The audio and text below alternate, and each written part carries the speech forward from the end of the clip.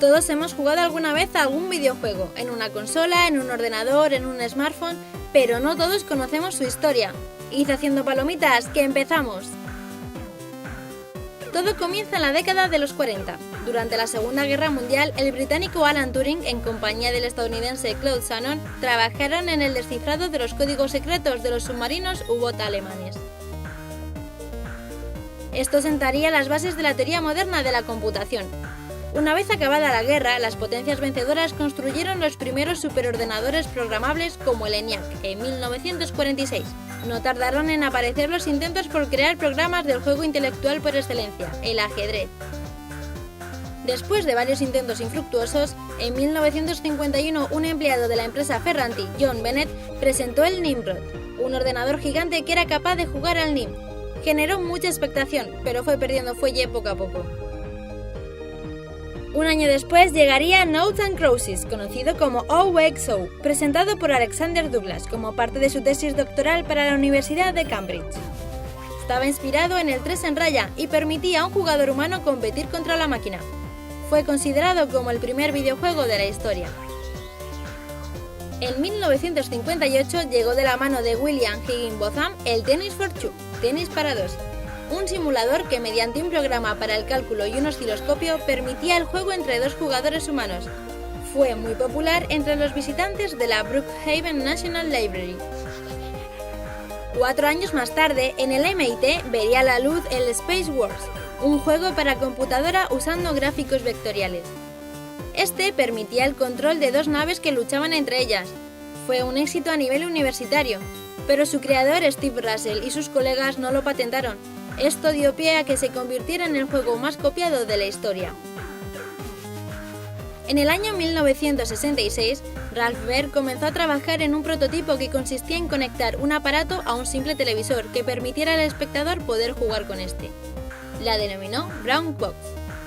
En un principio no recibió el apoyo necesario, pero 2 años más tarde Magnavox se interesaría por el prototipo y en 1972 fue presentado en sociedad bajo el nombre de Magnavox Odyssey.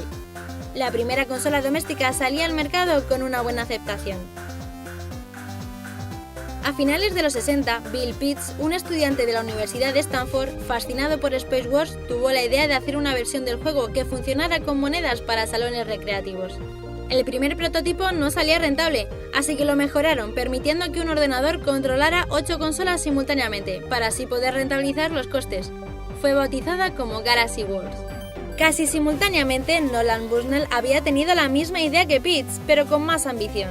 Así que junto con Ted Dabney fundaron CDG Engineering y comenzaron a trabajar en su primer modelo llamado Computer Space.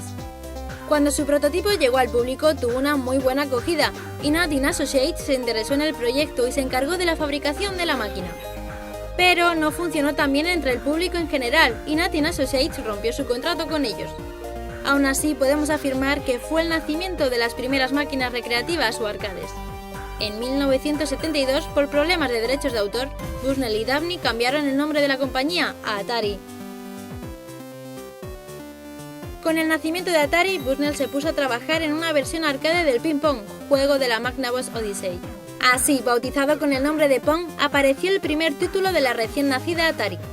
El juego, con respecto al original, contaba con mejoras importantes en interactividad y jugabilidad. Fue la misma Atari la encargada de la fabricación. Los pedidos empezaron a crecer y Atari se vio desbordada, así que se hizo una contratación en masa. La imagen de la compañía como hippie empezó a crecer, debido a que entre sus trabajadores había un gran número de adictos a la heroína y al crack. La falta de normas en la vestimenta y la libertad horaria no ayudó a cambiar la imagen de la empresa. Aún así, Bushnell consiguió cumplir con los plazos y los pedidos. En 1974 ya había más de 100.000 máquinas Pong repartidas por Estados Unidos, que generaban la friolera de $250 millones anuales. El inmenso éxito de Pong reestructuró por completo el negocio del entretenimiento. Mientras la competencia no paraba de sacar copias de su ya mítico juego, Atari comenzó a innovar y lanzó títulos como Space Race, Revamp o Gotcha, Touch Me, Tank, Kiwak o Grand Tag 10.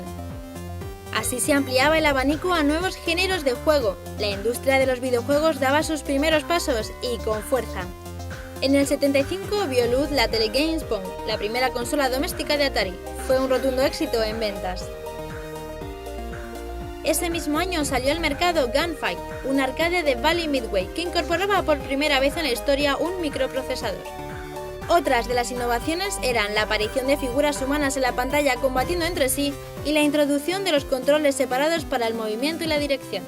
Un año después sería lanzado por Excite el Death Race, basado en conseguir la mayor puntuación atropellando al mayor número de zombies. Esto generó una polémica en torno al nivel de violencia que podían mostrar los videojuegos, considerándose así como el primer juego polémico de la historia. Mientras las máquinas arcade y las consolas domésticas causaban furor en todo el mundo, en los ordenadores donde habían aparecido originariamente los videojuegos no acababan de arrancar. Carecían de monitor y el sistema era lento, por lo que no permitía la creación de juegos de acción, así que los únicos juegos posibles eran los conversacionales o por turnos.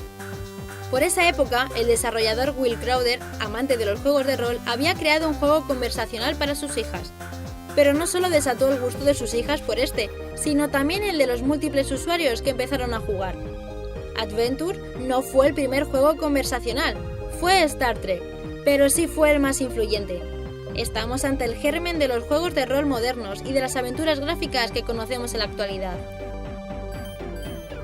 Entre los años 1977 y 1980, la industria del videojuego fue frenética. Las compañías rivales de Atari comenzaban a superarla en innovación y tecnología, sacando varias consolas con microprocesadores.